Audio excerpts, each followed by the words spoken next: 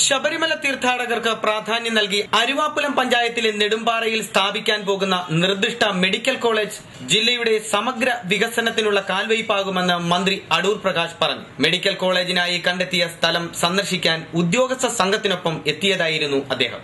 ജില്ലാ ആസ്ഥാനമായ പത്തനംതിട്ടയിൽ മെഡിക്കൽ കോളേജിനായി സ്ഥലം പരിഗണിച്ചപ്പോൾ സൗജന്യമായി 50 ഏക്കർ തരാനില്ലാതിരുന്നതിനെ തുടർന്നാണ് കോന്നിയിൽ സ്ഥലം കണ്ടെത്തിയത്. 1996 MLA ആയിരിക്കുമ്പോഴാണ് കാർഷിക പഠനശാലയായിരുന്ന നെടുമ്പാറ മുളകുകൊടിത്തോട്ടം പ്രദേശത്തെ 114 ഏക്കർ കാർഷിക സർവകലാശാലയെ കൊണ്ട് ഏറ്റെടുപ്പിക്കുന്നത്. 2004-2006 കാലഘട്ടത്തിൽ സിവിൽ സപ്ലൈസ് വകുപ്പ് മന്ത്രിയായിരിക്കുമ്പോൾ ഭക്ഷ്യ ഗവേഷണ കേന്ദ്രത്തിനായി ഇതിൽ നിന്ന് 85 ഏക്കർ സ്ഥലം ഏറ്റെടുത്തു. തുടർന്ന് മൈക്രോബയോളജി ലാബ്, CFRD കോളേജ് എന്നിവയ്ക്കായി 35 ഏക്കർ സ്ഥലം വീണ്ടും ഏറ്റെടുത്തു.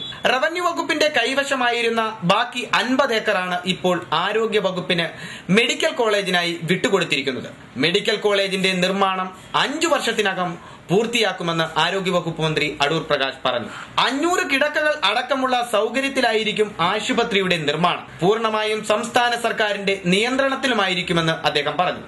ഹിന്ദുസ്ഥാൻ ലൈഫ് കെയർ ലിമിറ്റഡിന്റെ ചുമതലയിൽ നിർമ്മാണം നടത്തുന്നതിനെ സംബന്ധിച്ചാണ് ആലോചിക്കുന്നത്. സ്പെഷ്യൽ ഓഫീസറുടെ മേൽനോട്ടത്തിൽ HLL, കിറ്റ്കോ തുടങ്ങിയ അധികൃതരുടെ നേതൃത്വത്തിൽ തയ്യാറാക്കുന്ന മാസ്റ്റർ പ്ലാൻ അനുസരിച്ചായിരിക്കും ഇവിടെ നിർമ്മാണ പ്രവർത്തനം നടക്കുക. നെടുമ്പാറയിലെ സന്ദർശനത്തിന് ശേഷം കോന്നി ഫോറസ്റ്റ് IBയിൽ ഉദ്യോഗസ്ഥരുടെ യോഗം ചേർന്നു. അടുത്ത മാസം 15-നുള്ളിൽ മാസ്റ്റർ പ്ലാൻ തയ്യാറാക്കാൻ നിർദ്ദേശം നൽകിയിട്ടുണ്ട്.